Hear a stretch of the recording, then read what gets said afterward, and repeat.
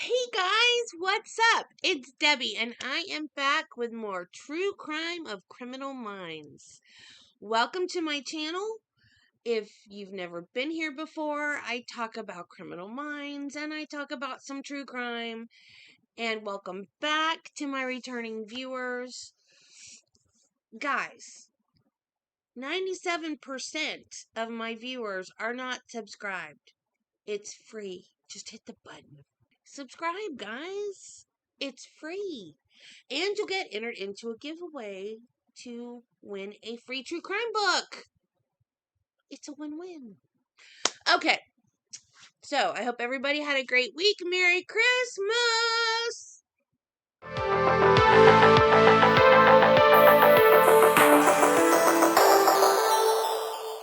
Let's get started. Charm and Harm is the 20th episode of season 1 of Criminal Minds. It opens with a man eating a steak with someone, and that steak looks really good too. I want steak now. When the camera moves to her, we see that she's tied up and gagged.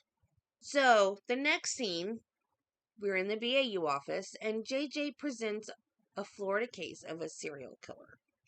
The FBI knows the name of the man who killed 4 women because they have DNA evidence. But the killer, Mark Gregory, disappeared before they can catch him. So the BAU go to Florida. Gregory and his victim, Nicole Wagner, have been missing for 36 hours at this point.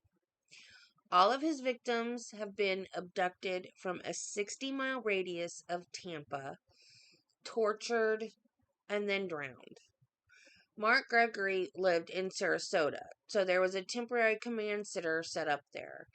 His first 4 victims were acquaintances, but they can't find a connection between Mark and his latest victim. They talked to his business partner and learned that Mark is divorced. They were only married for 23 days. Garcia can't find her, so Garcia says she must still be alive. Because if she was dead, it would be easier to find her. When they search his house, they find sets of different types of clothes, mechanics clothing, different watches, shoes, and several driver's licenses with different names. Reed comes to the conclusion that he's trying to disguise himself. While giving the profile, they are informed that the body of the missing woman has been found in Georgia. Elle and Morgan fly to Georgia while Gideon and Reed go to talk to his father, played by Robert Pine. Elle finds a business card that says Mark Gregory, photographer, in his hotel room. They surmise that this is how he's luring victims and how he got that victim into a 5-star hotel without attracting unwanted attention. Garcia finally finds his ex-wife, who is living in Bradenton. She had covered her tracks very well. She was not surprised to find out that her ex is a serial killer. He stalked her for a few years after the divorce, and that's why she went into hiding. When Gideon and Reed talk to his father cannot believe that his son did this. He gets extremely defensive. Gideon looks at the photos around the room and doesn't see his mother in any pictures. And he makes the comment that most families that lose a mother actually kind of have like a shrine almost in their home with pictures. They found out that his mother died when Mark was 10 years old in a car accident. Gregory dresses up in an airline pilot uniform and abducts his next victim from an airport parking garage. His first victim, Mark Gregory's first victim, was a woman that he was dating. The BAU thinks she must have been unfaithful and he snapped. His ex-wife told them that he was always jealous and accused her of cheating all the time. And then the team finds out that the girlfriend wasn't cheating on Mark Gregory. She was cheating on her husband with Mark, so she was married. And that was a trigger. They think that was the trigger that made him decide he needed to kill her. Infidelity upset him because of something in his childhood. They just don't know what yet. They can't put their finger on what happened to him as a kid. Garcia finds Gregory's car at the Atlanta airport and uses facial recognition to find Gregory. And they find a video of him getting into a woman's car with her. So he's dressed up as a airline pilot, and he's helping this, I'm assuming, flight attendant put her luggage and stuff in her car. And because he helped her, I guess he said, "Can you give me a ride?" And so she did, and that was his next victim. Elle receives a phone call from Gideon telling her that the body of the Atlanta woman was found in South Carolina. So they drive north. Now the crime scene is a Fleabag hotel. He was driving the victim's car, and the plates were not Georgia plates. He switched them to South Carolina plates. And Elle thinks that's why they're having a hard time finding him, because he keeps switching plates on the car. Or switching cars. Both. Garcia finds that Gregory was in the car with his mother when she died, and because there's a record of him being hospitalized for whiplash. Gideon and Reed go to talk to the father because they feel like he's holding something back from them. And it's very obvious that he's holding something back from them. He gets very defensive. Also didn't tell him that his son was in the car with his mother when she died. The father admits that his wife was cheating on him, and she would take Mark with her when she couldn't find a babysitter. He would sit and play by the pool at the hotel.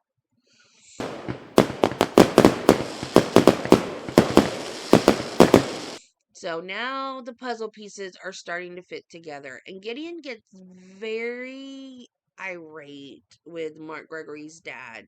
Mark Gregory pretends to have a physical disability, and he's at a grocery store. He's got a bag full of groceries, and he's dropping stuff. And so there's a woman in the parking lot of the store, an employee, and she offers to help him with his groceries, and then he abducts her. Then Mark takes her to a hotel where he drowns her in the pool. And he didn't even check in this time. He just pulled up at the hotel, dragged her out of the car, and went to drown her in the pool. And they happen to be seen by an employee who tells them, "You can't be in the pool with your clothes on." Duh. So he goes to see what's happening, and Mark Gregory says his wife fell in the pool and she can't swim. So the employee tells Gregory to go call 911 while he resuscitates her. And he pulls her out of the water, resuscitates her. She's fine. But, of course, Gregory did not call 911, and he took that opportunity to escape, leaving a pair of glasses in the pool.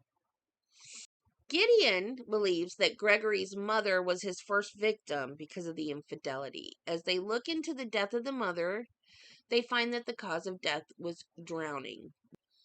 They believe that somehow Mark got her to drive into the water, then held her head under and drowned her. Morgan and Elle talked to the employee who said that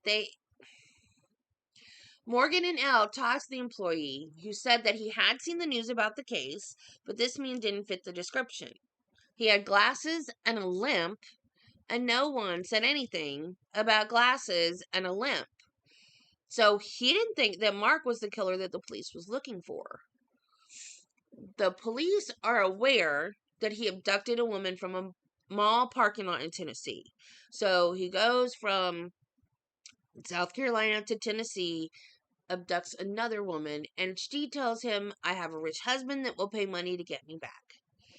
And he starts to talk to her as if she was his mother, saying, "Why do you do this? Why do you cheat on him? Blah, blah, blah, blah." And then he starts messing with the radio dial. And every station he comes to, he hears reports about him and him abducting and killing women. The river that his mother died in was close to where the woman was abducted, and they think that's where he's going. So he starts to tell this lady, accuse her of cheating, like he's her mom, and she keeps trying to say, "Let me go, my husband will pay you money," and he's not having it. So she crashes the car. So she crashes the car into a tree, and the horn goes off, and she runs off, and Morgan and Elle are close enough to hear the car horn.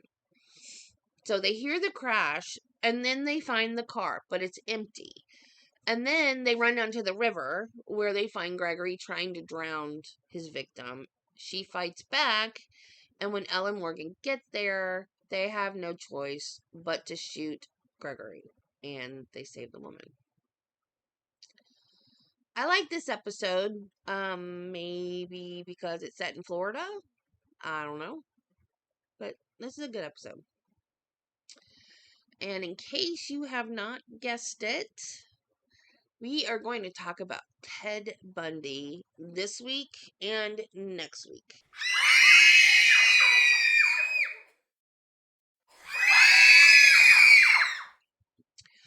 Okay, so let's get started. My sources for Ted Bundy: crimemuseum.org, allthat'sinteresting.com, thisinterestsme.com, a book called The World's Most Evil Serial Killers. And I watch Netflix, so y'all don't have to.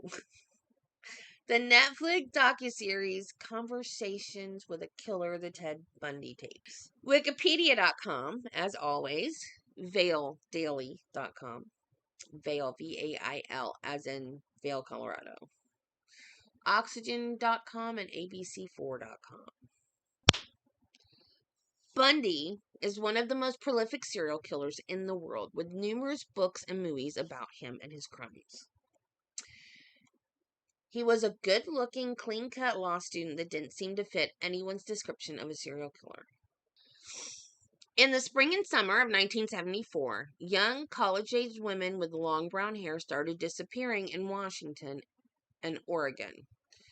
6 women disappeared in a 6-month time period. The first to disappear was Linda Ann Healy, a ski reporter on a local radio station. They realized something was wrong when she didn't show up for work because she was never late for work.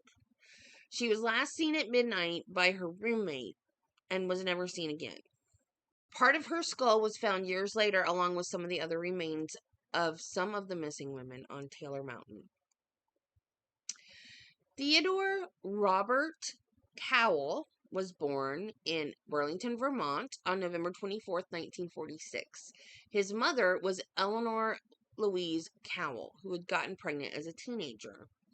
His real father's identity is unknown. Her parents, which would be Ted's grandparents, sent her to a home for unwed mothers. This was to avoid the stigma of having a child out of wedlock back then. After Ted was born, she left him there and went back home, which I think is strange, but whatever. But her father made her go back and get him. Her parents would raise him as their own. For a large portion of Ted's life, he believed that his mother was his sister.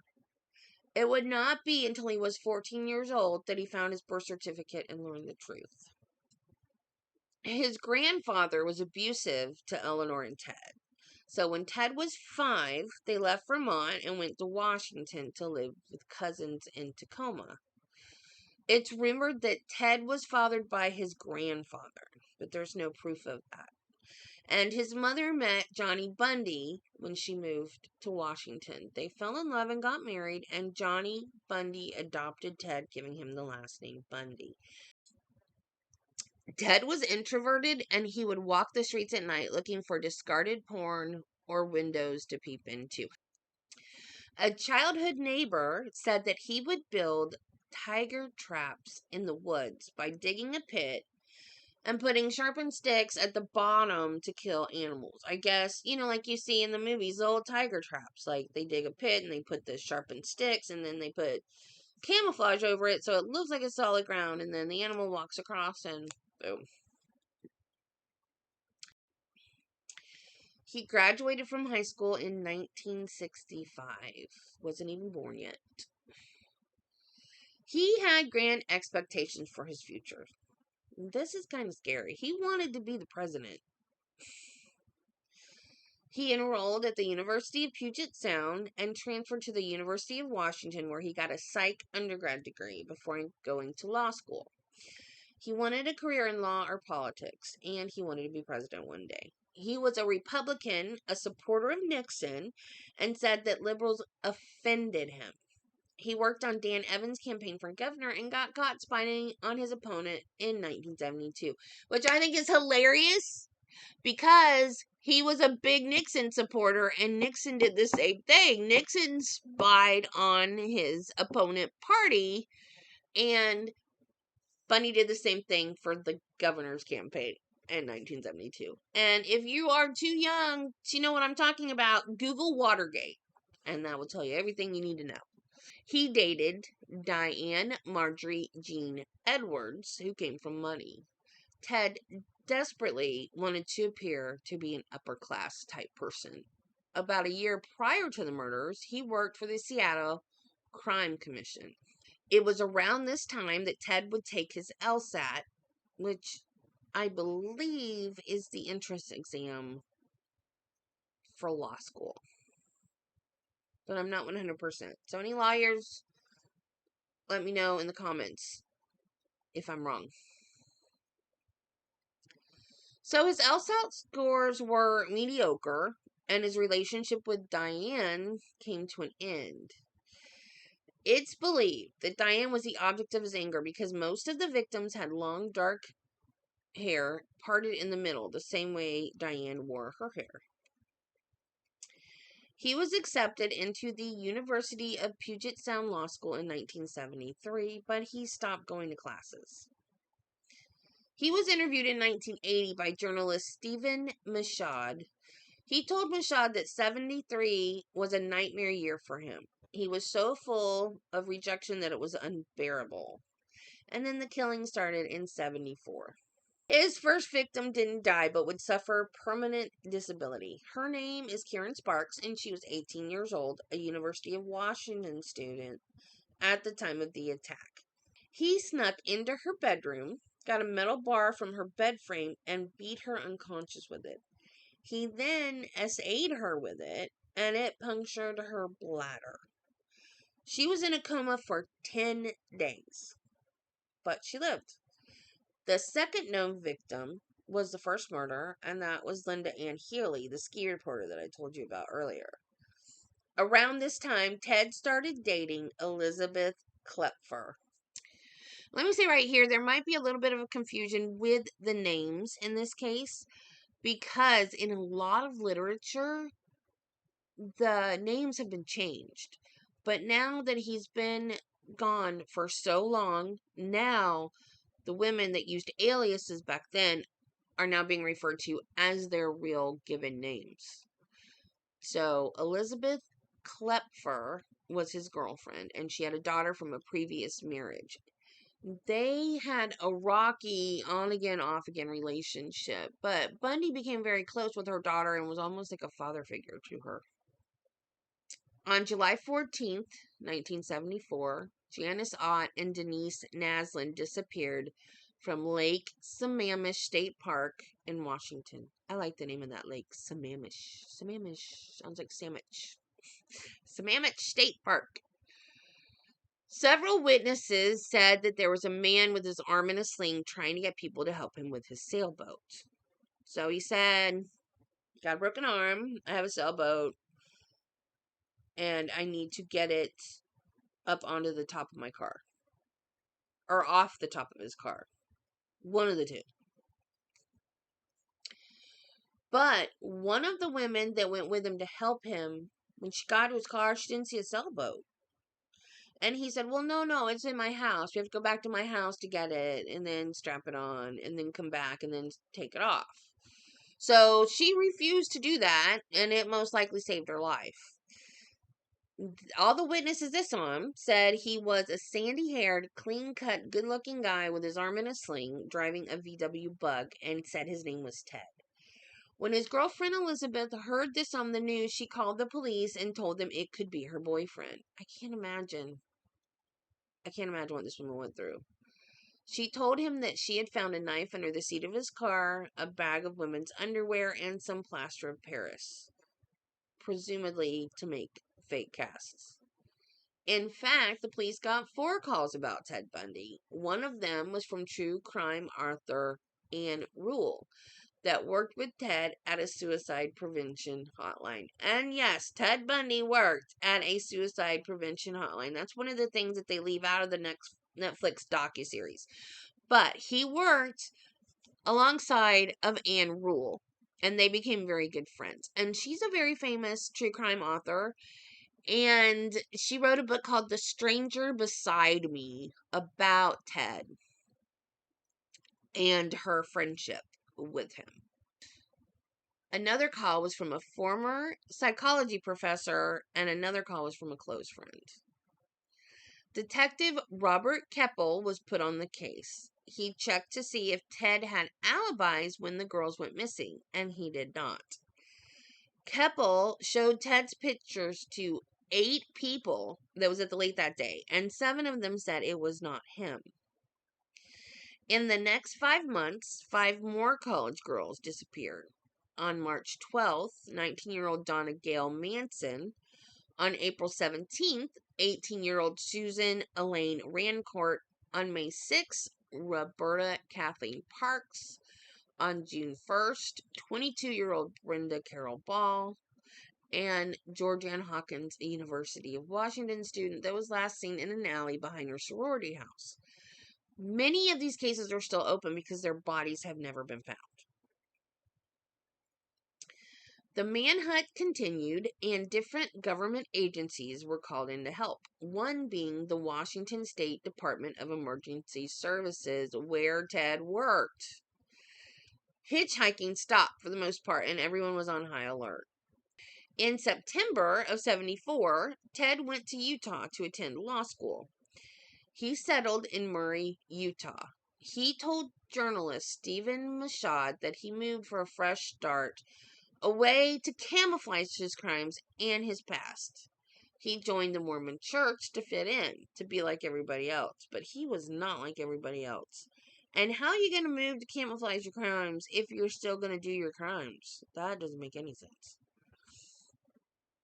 He killed a hitchhiker in Idaho. Then on October 2nd, 1974, he abducted and killed 16-year-old Nancy Wilcox. Next, he strangled Melissa Smith, who happened to be the daughter of the Middale police chief. She had gone to a pizza parlor to meet a friend and then headed home to get ready for a slumber party. She never made it home, and she never made it to the party. Her body was found near Salt Lake City 9 days later. 17-year-old Laura Amy was abducted after leaving a Halloween party in Orem, Utah. Her naked body was found at the bottom of a canyon by hikers 1 month later. When Elizabeth Kepfler, Bundy's ex-girlfriend, heard about the Utah murder, she called the police again to reaffirm her suspicion of Bundy. He was now at the top of the suspect list for the Washington murders. Okie dokie, we are going to end it here for now. So he has gone to Utah and he is hunting girls. And the next girl that he abducts would be the start of his downfall. So that's all I have this week, because it's way too long to tell the rest of the story in one video. So next week we will get to that second part, and you will get to learn about the fate of Ted Bundy. So I hope you guys have enjoyed it, and I hope that you will come back next Monday to view part 2. And like, subscribe, share, all the YouTubey things. And remember, be kind to people, love your family, and I'll see you next time. Bye! Ho, ho, ho!